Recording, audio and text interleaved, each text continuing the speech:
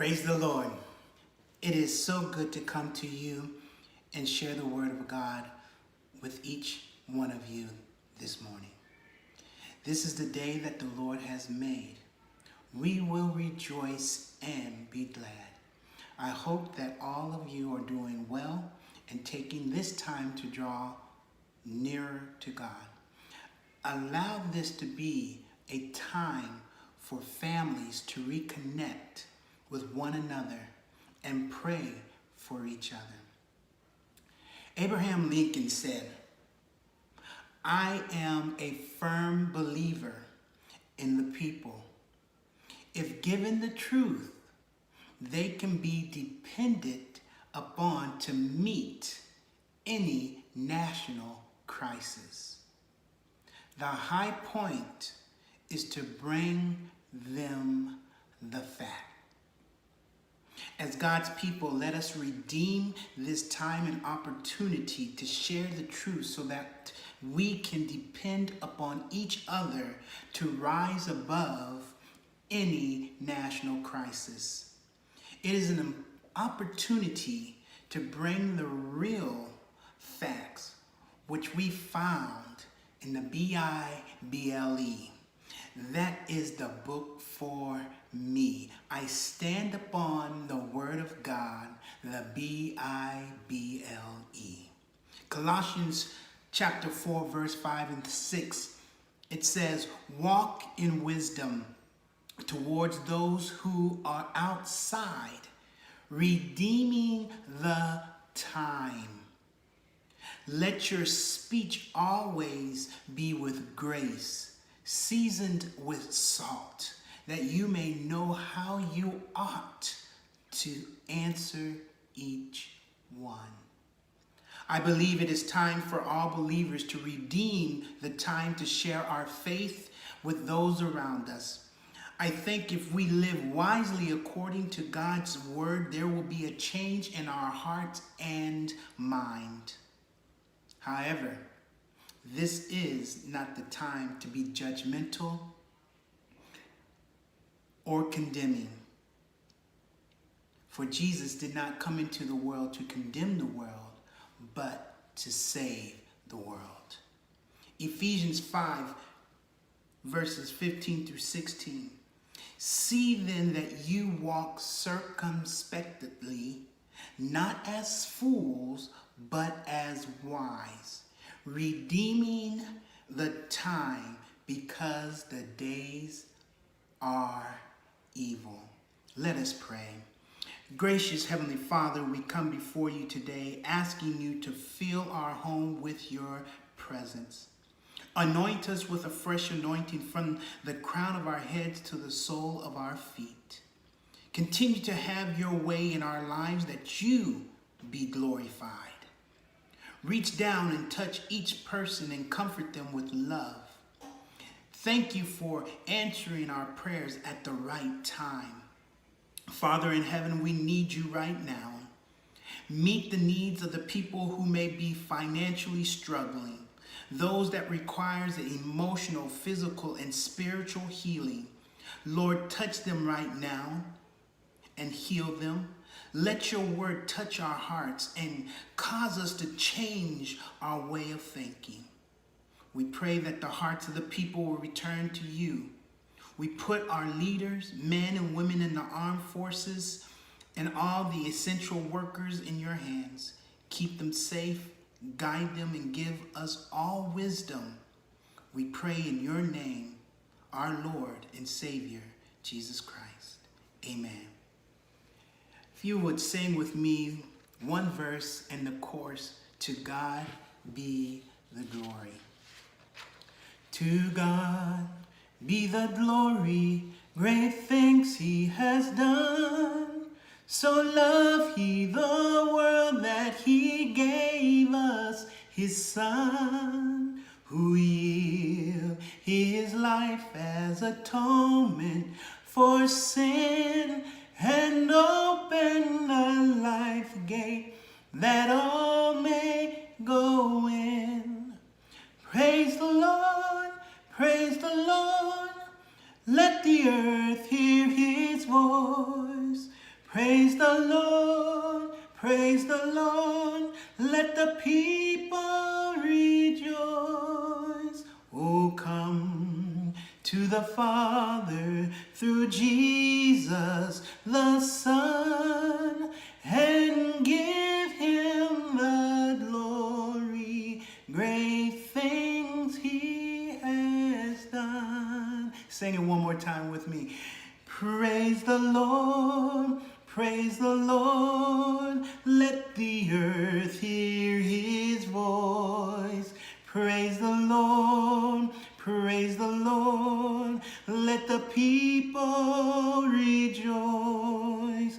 Oh, come to the Father through Jesus the Son, and give him the glory, great things he has done. All the praise and all the glory goes to our Lord and Savior, Jesus Christ.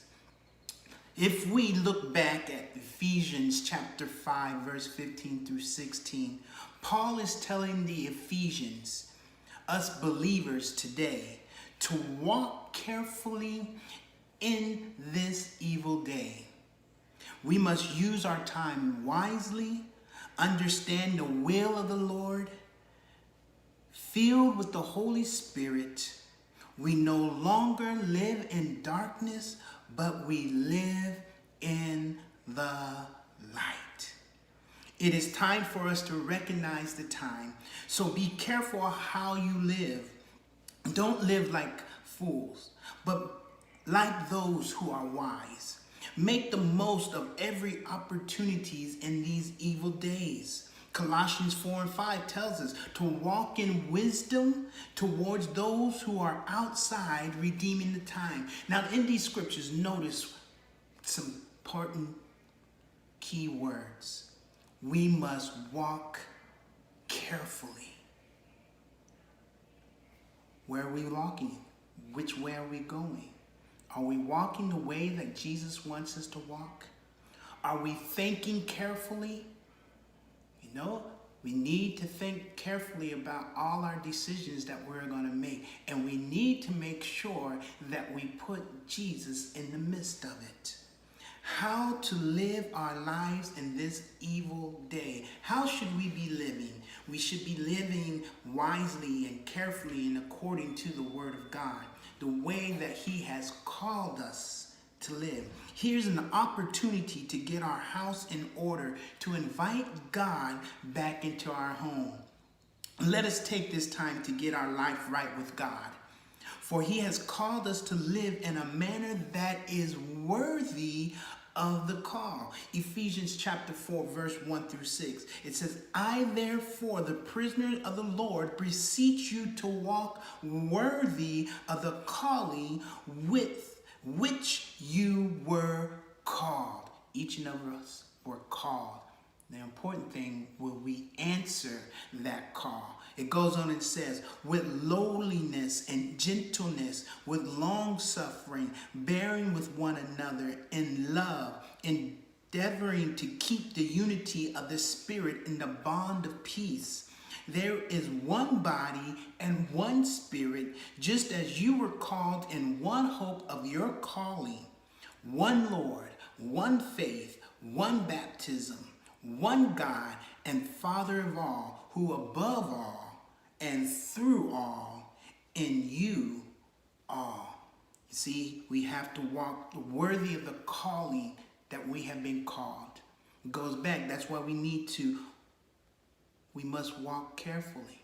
People are watching us. We say that we're Christians. People are watching our walk. People are watching the way that we think. People are watching how we live.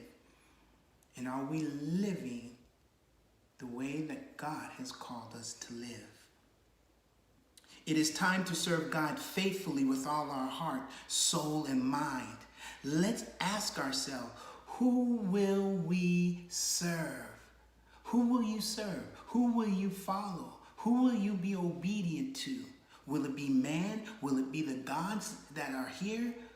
The Bible tells us that we need to put no other God before the true God. Joshua 24 and 14 and 15, it says, now therefore fear the Lord, serve him in sincerity and truth, and put away the gods which your fathers served on the other side of the river in Egypt. Serve the Lord. I want to encourage each and every person that is watching this. Serve the Lord. Follow him.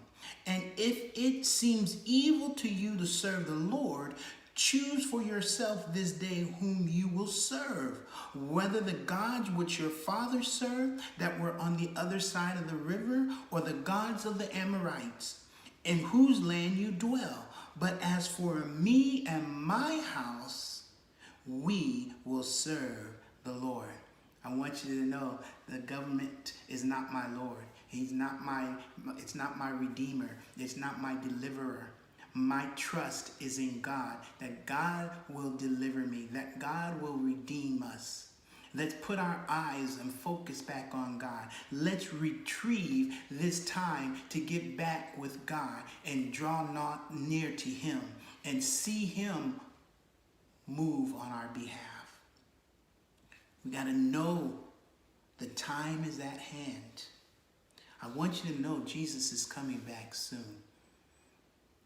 Will we be ready?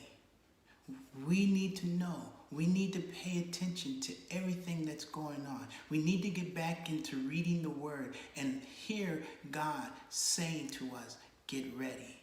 He's coming back. Jesus is coming back. And this time when he comes back, he's coming back as a lion. He's coming back as our Lord and Savior to redeem us and to bring us home. Will we be ready when Jesus comes? Things are changing all around us. We will face hard times and mishaps in our lives. But with the grace and mercy of God, we will be able to walk and avoid some of the traps that have been placed in our path to entrap us and cause us to fail. Sometimes we fall on our own. But there's others that are setting up traps. And if we're trusting God, God will steer us around those traps that we won't fall. Know the time. Know the time. It is at hand. I want you to know this. It is time for the church to wake up. It's time for us believers to wake up. It's time for us believers to open our eyes. It's time for us believers to stand on the word of God and see that God moves. It is time for us to rise up. It's time for the word of the Lord to be the light in this world. It's time for the church to wake up and arise and share the love of Jesus. Notice what I said. Share the love. The love. It's very important that we share, that we show love. Remember, I mentioned earlier that Jesus did not come into the world to condemn the world, but to save the world. And he came with love. And we as believers, we have to do the same. We have to go with love. Love one another. For loveth of God, and everyone that loveth God knoweth God. He that loveth not knoweth not God, for God is love. That's a way that we should be walking as believers, as Christians, as those that has a foundation in the Word of God. We should be walking in love. See, we share this love of Jesus with our family, friends, neighbors, and those we do not know. We are all wanting hope in our lives. People want hope. And we have that hope to share with them. Romans 13:11-14, it says, and do this, knowing the time, that now it is high time to awake out of sleep. For now our salvation is nearer than when we first believed. He's coming. Jesus is coming closer and closer. The night is far spent, the day is at hand. Therefore, let us cast off the works of darkness and let us put on the armor of light. Now notice if you go on in Ephesians, it tells us to put on the full armor of God, that we should put on the helmet of salvation, that we should prepare our feet with the preparation of the word of God, that we should put on the belt of truth, that we should put on the breastplate of righteousness, that we should have the shield of faith and the sword of the Spirit. And another key ingredient to putting on the full armor of God is that we pray. But notice here that we should also put on the armor of light. Are we walking around as the light of the world? Or are we continuously putting our light under the bushel? Let our light so shine for Christ. Put on the armor of light. Let us walk properly as in the day, not in revelry and drunkenness, not in lewdness and lust, not in strife and envy. You see, God changed us. We don't have to go back that way. We can walk in a different light. We can walk the way that He has called us to walk. But put on the Lord Jesus Christ and make no provision for the flesh to fulfill its desire. That's why we have to be filled with the Holy Spirit. We have to stay in prayer, because our flesh will rise and our desires of the things of this world will try to take over. And now we're not walking the way that we should be walking. I want to encourage all of us, let's get back in the Word of God. Let's read His Word. Let's meditate upon it. Let's share it with love. And let's put on the armor of light, that the Word of God will light up this world, that people's heart will change, and that they will come back to God. In closing, are we casting off the darkness and putting on the armor of light to walk carefully in this evil world, redeeming our time to understand God's will in these days and age? Being filled with the Holy Spirit allows us to walk appropriately according to His call. That call is submitting ourselves to serve others in love. We must first put on the Lord Jesus Christ, that we do not fall to the desires of the flesh. If we are not careful in how we walk, then we are living dangerously. We can easily find ourselves lost and off the path that we should follow. Thank God. Thank God for His grace and mercy. All we need to do is confess our sins to the Lord. Ask Him to fill us with His Holy Spirit and guide us back on the right path, and commit to that path, which is His Word. See, He's a loving God. He's a caring God. And all He's asking us to do is to follow His commands, His statute. And one of those commands is to love thy neighbors. You know, without Him, where would we be? Without Him, we are nothing. But with Him, we are everything. And I would like to sing this song for you, and you can sing it with me if you know it. Without Him, I could do nothing. Without Him, I surely fail. Without Him, I would be drifting like a ship without a sail. Jesus, oh Jesus, do you know Him today? You can't turn Him away. Oh,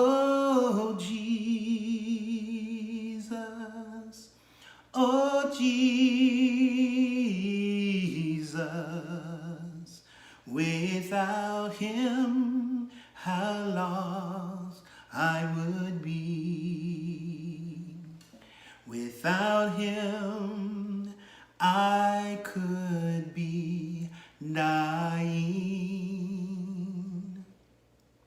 Without him, I'll be enslaved.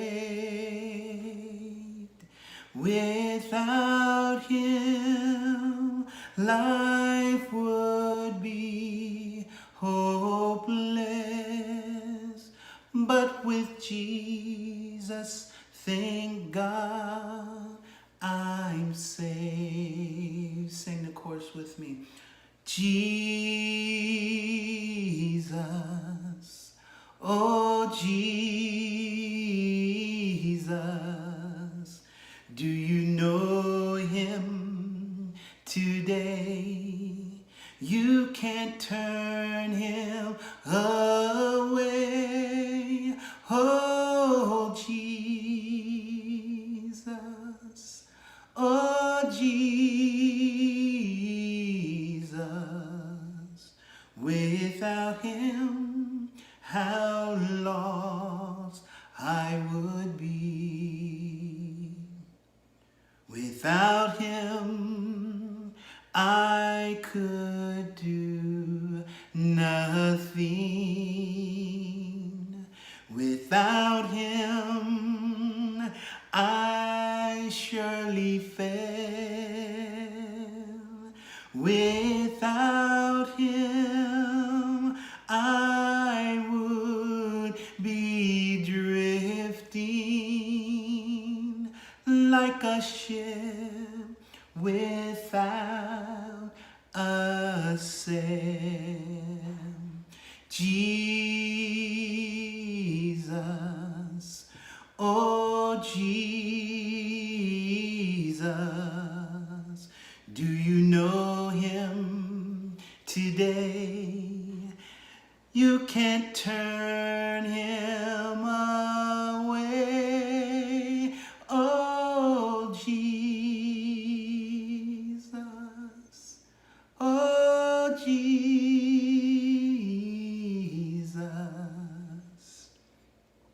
without him, how lost I would be. I want to encourage us that we will walk the walk that Christ has called us to walk.